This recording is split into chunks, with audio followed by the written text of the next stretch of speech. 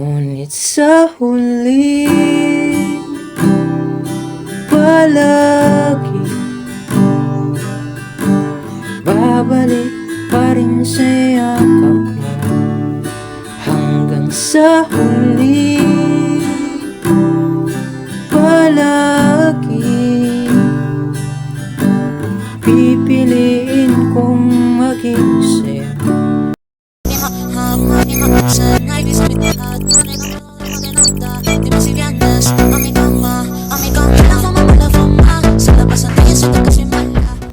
Hello guys, welcome sa ating bagong video tutorial at ang ituturo natin sa inyo ngayon ay yung kantang Palagi by TJ Monterde. Course natin sa verse ay G na 4 na daliri, tapos C add 9. So yung C add 9 guys ay yung G, para lang siyang G pero binaba nyo lang yung dalawang daliri dito.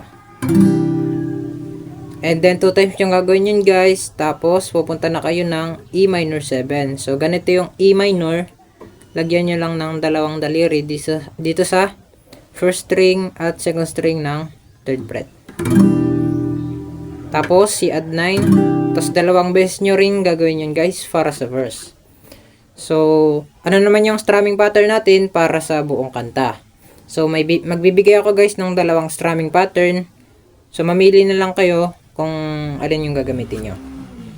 So yung unang strumming pattern ay kada chords ay down, up, up, down, up, up, down, down, up.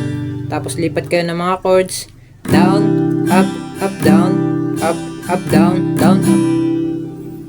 So ganun lang kadali guys yung unang strumming pattern. Or yung isa namang strumming pattern natin ay down, up, down, up, down, up, down, up, down, down, up.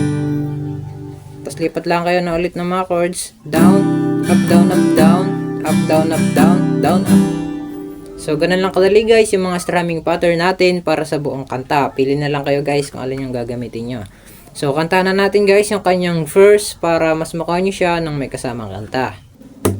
Hindi man araw-araw na nakalit,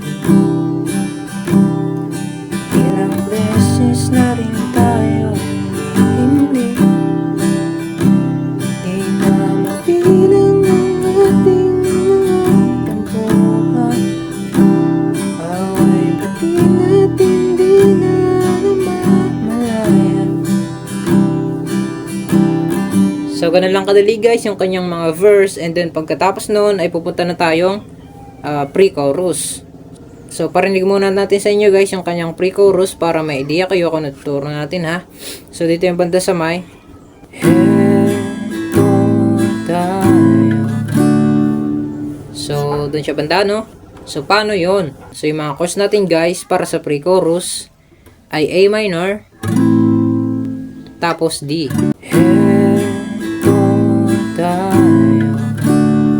So dalawang chords lang yan guys. At tapos na yung pre-chorus. And then pagkatapos ng pre-chorus ay pupunta na tayo ng chorus. So parinig ko muna sa inyo guys yung kanyang chorus, and then turo natin pagkatapos. So dito yung banda sa may ngunit sa huli, palagi babalik pa rin sa yakap mo.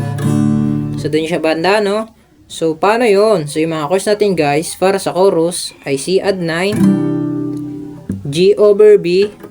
So yung G over B guys ay first string at second string ng third fret, tapos fifth string ng second fret. So yan lang tatlong daliri guys. Ang i-strum nyo lang ay mula fifth string hanggang first string. Mula fifth string hanggang first string lang guys ang i-strum nya. And then A minor, tapos D.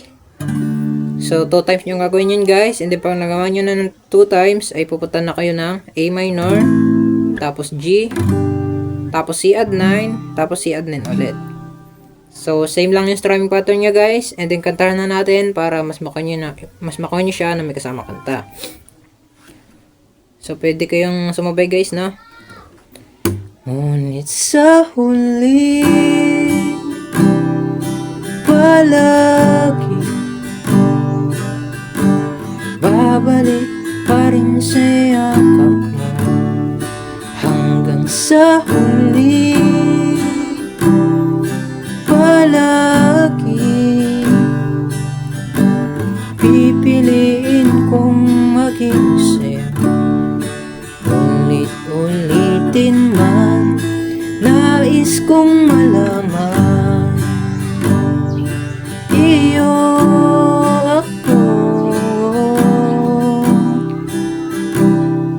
So, ganun lang kadali guys yung kanyang chorus. And then pagkatapos nun ay meron siyang interlude. So, paparinig ko muna siya guys para malaman nyo kung natuturo natin ha. So, dito yung bansa sa may. Nagtapos tayo dito sa iyo ako. And then papasok na yung interlude. Palagi.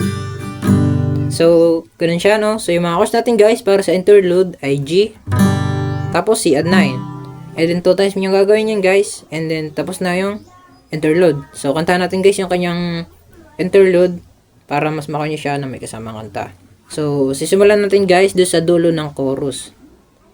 So dito yung banda sa may iyo ako, palagi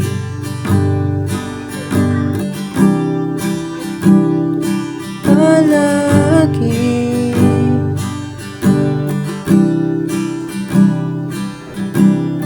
So, ganun siya, no? And then, pagkatapos nun, ay babalik ulit tayo ng verse, tapos pre-chorus, and then chorus ulit. Pare-pares lang yun ng chords. And then, pagkatapos nung chorus, ay pupunta na tayong bridge. So, parinig ko muna sa inyo, guys, yung kanyang bridge para may idea kayo kung natuturo natin. So, dito yung banda sa may. Sa pagdating ng ating pilak at ginto. So, dun siya banda, no? So, paano yon? So, yung mga chords natin, guys, para sa bridge ay E minor, D, tapos C add 9, tapos C add 9 ulit. And then, after nun, ay pupunta tayo ng G over B, tapos G, tapos C add 9, tapos C add 9 ulit. So, kantahan na natin siya, guys. Parehas pa rin yung ng strumming pattern, yung tinuro nating strumming pattern pang buong kanta na yun. So, kantahan na natin guys yung kanyang bridge para mas mukha nyo siya na may kasama kanta. Sa pagdating ng ating pilak at ginto, diamante may abutin, ikaw pa rin aking bituin, natatangin kong dalangin sa huling siglo. So, after nun ay last chorus. So, pares pa rin ng mga chords and then tapos na yung buong kanta. So, ganun lang kadali guys yung mga chords ng kantang Palagi by TJ Monterde. So, enjoy sa bago nyo matutugtog guys.